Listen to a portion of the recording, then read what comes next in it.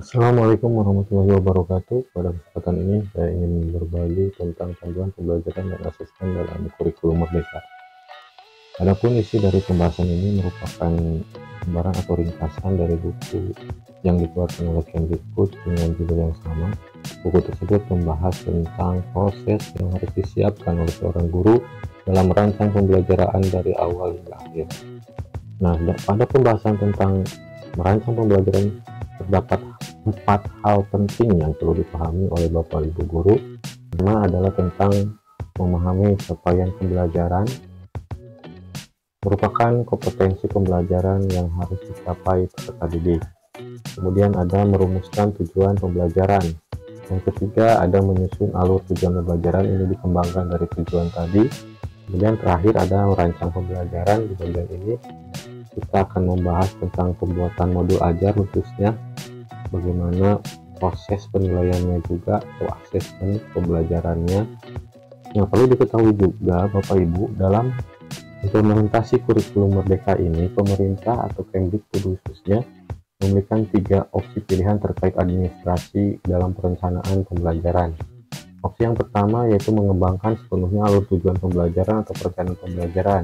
Pilihan ini biasanya dilakukan oleh guru di sekolah yang memiliki kategori mandiri berbagi dalam pelaksanaan kurikulumnya. Ada opsi yang kedua adalah mengembangkan alur tujuan pembelajaran atau rencana pembelajaran berdasarkan contoh-contoh yang disediakan oleh pemerintah. Dalam opsi ini kita memiliki keleluasaan untuk memodifikasi komponen-komponen yang ada dalam administrasi tersebut, sehingga dapat disesuaikan dengan kondisi sekolah maupun peserta didik. Dengan memanfaatkan contoh-contoh dari pemerintah sebagai landasan, guru dapat mengadaptasi dan mengkreasikan sendiri proses pembelajaran sesuai dengan kebutuhan di kelasnya. Dan ketiga, yaitu opsinya adalah menggunakan administrasi atau organisasi yang sudah disediakan pemerintah tanpa melakukan modifikasi sama sekali. Meskipun begitu, penting bagi Bapak Ibu guru untuk memastikan bahwa administrasi atau rencana pembelajaran yang digunakan benar-benar cocok dan relevan dengan karakteristik sekolah maupun peserta didik Bapak Ibu sekalian. Perencanaan pembelajaran ini dapat membantu mempermudah proses perencanaan pelaksanaan pembelajaran, sehingga waktu dan energi kita sebagai guru dapat lebih fokus lagi dalam interaksi dengan peserta didik. Baik Bapak Ibu, kita masuk pada pembahasan yang pertama, yaitu tentang memahami capaian pembelajaran. Capaian pembelajaran merupakan kompetensi pembelajaran yang harus dicapai peserta didik pada setiap fase perkembangan. Capaian pembelajaran ini mencakup target, kompetensi maupun lingkup materi yang harus dikuasai oleh peserta didik. Jadi Bapak Ibu, pada kurikulum 13 PP ini, capaian pembelajaran ini juga dikenal sebagai kompetensi inti ataupun kompetensi dasar. Hanya saja perbedaannya terletak pada fokus capaiannya, di mana pada kurikulum 13 capaian pembelajaran ditargetkan pada satu tingkatan atau satu kelas, sedangkan kelas 1 dicapai pada kelas 1. Sedangkan pada kurikulum Merdeka, pencapaian ini dapat dicapai dalam satu fase. Dalam kondisi seperti itu, kolaborasi antara guru pemegang kelas 1 dan 2 di fase A menjadi penting dalam merancang pembelajaran. Hal ini bertujuan tentu saja untuk menghindari terjadinya tumpang tindih ataupun pengulangan tujuan pembelajaran dalam satu fase yang sama. Kemudian dalam CP ini Bapak Ibu, terdapat beberapa komponen atau elemen yang merujuk pada kemampuan-kemampuan yang harus dicapai oleh peserta didik pada setiap fase perkembangannya. Misalkan dalam bahasa Indonesia terdapat elemen-elemen seperti menyimak, membaca dan pemirsa, kemudian berbicara dan presentasi, ataupun juga menuliskan. Jadi setiap mata pelajaran memiliki elemen-elemen dalam capaian pembelajarannya yang harus dicapai oleh peserta didik. Elemen-elemen tersebut akan terus ditemukan dan berkembang pada setiap capaian pembelajaran fase selanjutnya. Dengan kata lain, pada setiap fase, peserta didik diharapkan dapat terus meningkatkan kemampuan, misalkan dalam menyimak, membaca, berbicara, ataupun menulis sesuai dengan tingkat perkembangan mereka. Oke Bapak Ibu, dengan memahami capaian pembelajaran ini, jelas kita akan memiliki gambaran awal akan seperti apa pembelajaran yang ingin dan akan kita lakukan agar lebih terarah dan efektif. Kemudian selanjutnya Bapak Ibu ada pembahasan tentang TP. Apa itu TP? TP itu kepanjangannya adalah tujuan pembelajaran.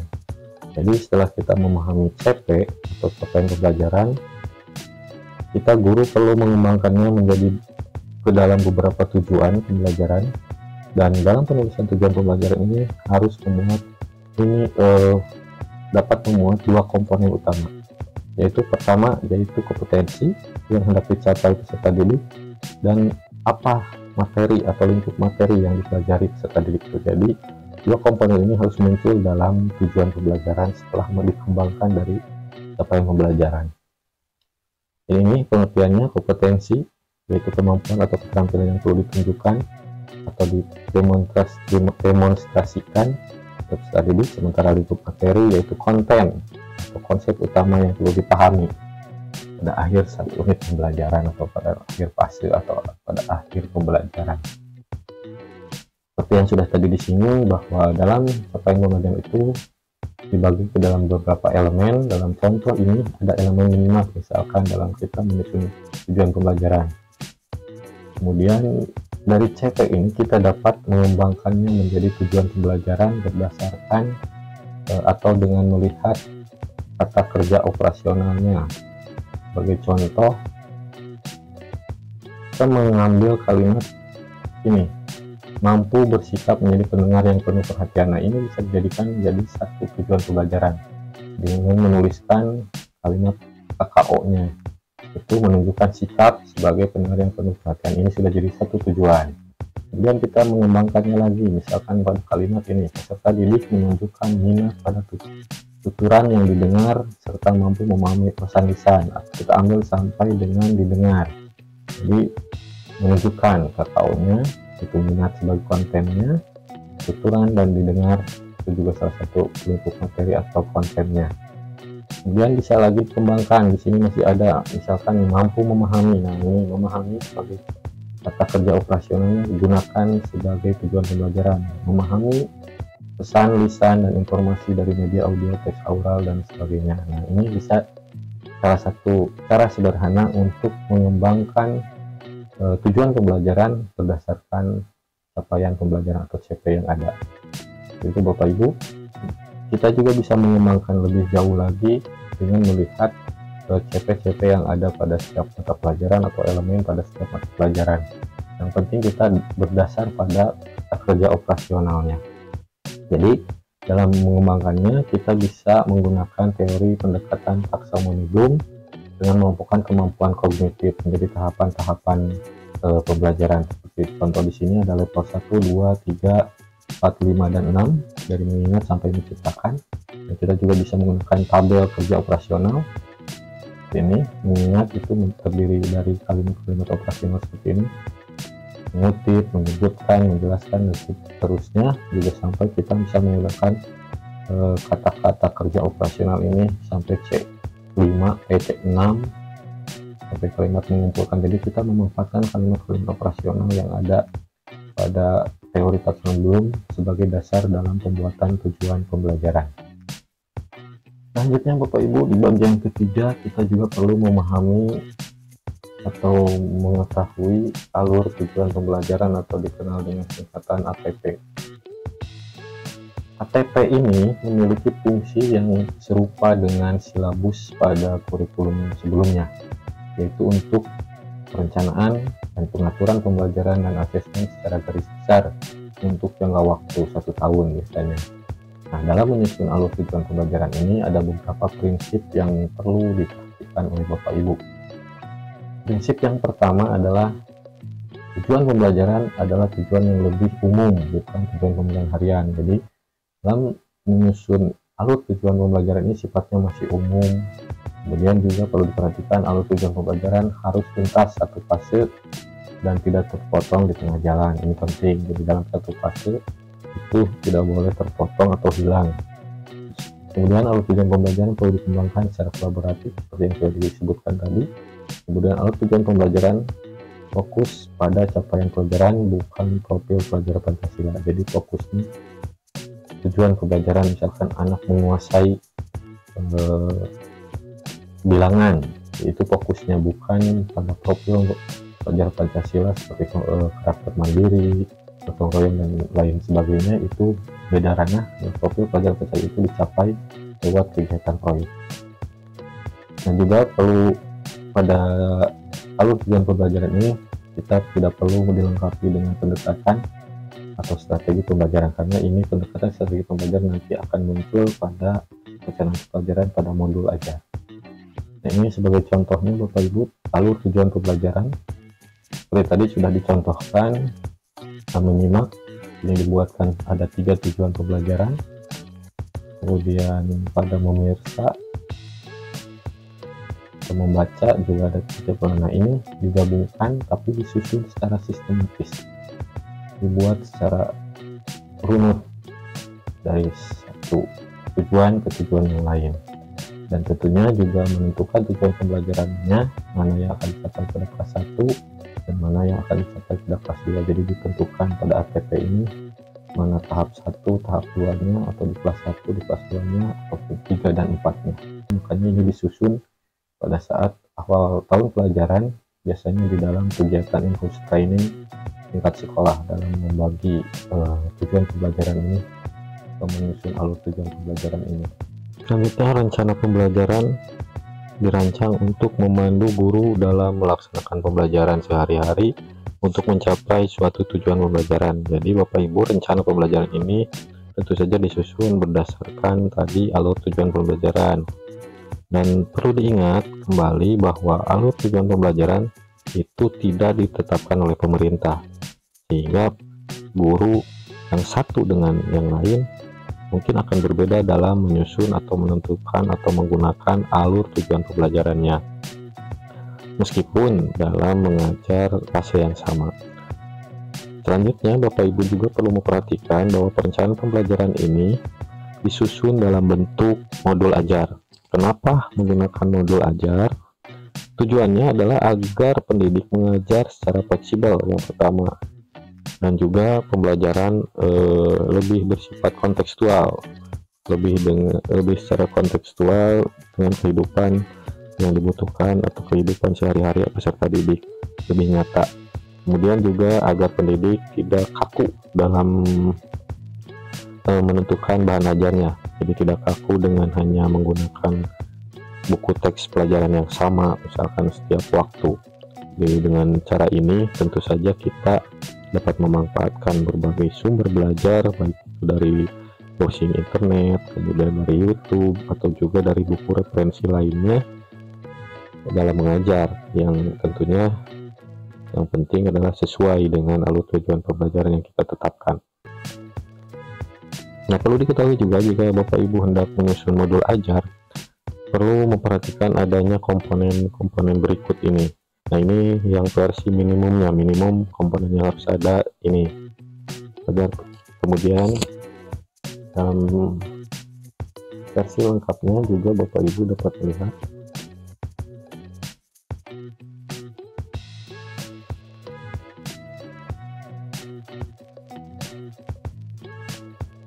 Nah, ini contoh modul ajar yang sederhana. Kita bisa melihat komponen-komponen yang ada pada modul ini. Ada dari kegiatan pendahuluan sampai tujuan, settingnya disebutkan. Nah, ini bagian pentingnya, ada bagian kegiatan pembelajaran yang menguraikan atau menggambarkan kegiatan pembelajaran secara rinci, atau dulu kita dikenal dengan menggunakan istilah RPP dalam pembelajaran. Intinya modul ajar ini harus dapat membantu kita secara umum menggambarkan kegiatan yang akan kita laksanakan atau pembelajaran yang akan kita laksanakan, termasuk di dalamnya asesmen. Nah, kita akan membahas asesmen selanjutnya. Bagian yang jangan dilupakan pada pelaksanaan pembelajaran adalah tentu saja kegiatan penilaian atau sekarang lebih dikenal dengan istilah asesmen. Jadi asesmen ini perlu dilakukan untuk mencari bukti ataupun dasar perkembangan Bapak Ibu guru dalam menentukan apakah peserta didik telah mencapai sebuah tujuan pembelajaran atau belum. Jadi dengan kegiatan asesmen ini kita dapat menganalisa perkembangan setiap peserta didik dan mengetahui apakah peserta didik A sudah mencapai tujuan pembelajaran atau belum. Ingat, asesmen ini tidak hanya untuk menentukan nilai 80, nilai 90, atau 100. Lebih luas lagi, asesmen ini diharapkan dapat dijadikan guru untuk dimanfaatkan sebagai alat atau fasilitas refleksi maupun pijakan dalam menentukan perbaikan pembelajaran ke depannya maupun perbaikan pembelajaran bagi peserta didiknya. Nah, pada kurikulum Merdeka, asesmen pembelajaran itu dikenal dua istilah utama, yaitu ada asesmen formatif maupun asesmen sumatif. Nah, asesmen formatif itu adalah asesmen yang tujuannya untuk memberikan informasi ataupun umpan balik bagi pendidik dalam memperbaiki proses pembelajaran. Sementara sumatif yaitu kegiatan yang dilakukan untuk mencari bukti atau mengukur ketercapaian keseluruhan tujuan pembelajaran. Nah, asesmen ini biasa dilakukan pada akhir proses pembelajaran. Jadi sederhananya, kalau asesmen formatif itu biasa dilakukan di harian, bisa di harian. Misalkan satu pembelajaran ada tujuan pembelajaran yang ditargetkan, lalu kita lakukan penilaian apa target itu tercapai atau tidak. Biasa harian. Nah, ada asesmen sumatif, itu biasa seperti contoh kita melakukan penilaian dalam satu bab, misalkan satu bab tuntas, kita lakukan penilaian karena memang satu bab itu mencakup banyak tujuan pembelajaran. Nah, ini dilakukan sumatif di akhir pembelajaran untuk memastikan beberapa tujuan itu tercapai atau belum. Nah, asesmen sumatif ini juga menjadi bagian perhitungan penilaian di akhir semester, akhir tahun ajaran, ataupun akhir jenjang. Itu perbedaannya. Jadi asesmen formatif tidak dilibatkan, tidak masuk dalam kategori nilai yang akan dirata-ratakan untuk nilai rapot. Sementara sumatif itu dijadikan bagian dari perhitungan. Itu perbedaan mendasar antara formatif dan sumatif. Formatif yang biasa atau bisa dilakukan oleh guru, seperti pendidik memulai kegiatan tatap muka dengan memberikan pertanyaan berkaitan dengan konsep atau topik yang telah dipelajari pada pertemuan sebelumnya. Jadi ini di awal kegiatan pembelajaran bisa dilakukan. Kemudian pendidik mengakhiri kegiatan pembelajaran di kelas dengan meminta peserta didik untuk menuliskan 3 hal tentang konsep baru mereka pelajari. Jadi di akhir untuk memastikan selama pembelajaran hari ini apakah anak memahaminya atau tidak. Juga ada beberapa contoh lain, termasuk di dalamnya adalah penilaian diri, penilaian antar teman, atau pemberian umpan balik antar teman sebagai bahan refleksi. Ini juga berlaku ketika kita menggunakan kurikulum 2013, ada istilah penilaian diri maupun penilaian antar teman. Kemudian ada contoh-contoh penilaian sumatif. Yang kita lihat ada rubrik, kemudian ada checklist juga, catatan anekdot, kemudian observasi termasuk di dalamnya, kinerja, proyek, maupun tes tulis, tes lisan, penugasan sampai dengan portofolio. Ini bisa dipilih dalam kegiatan penilaian atau asesmen sumatif.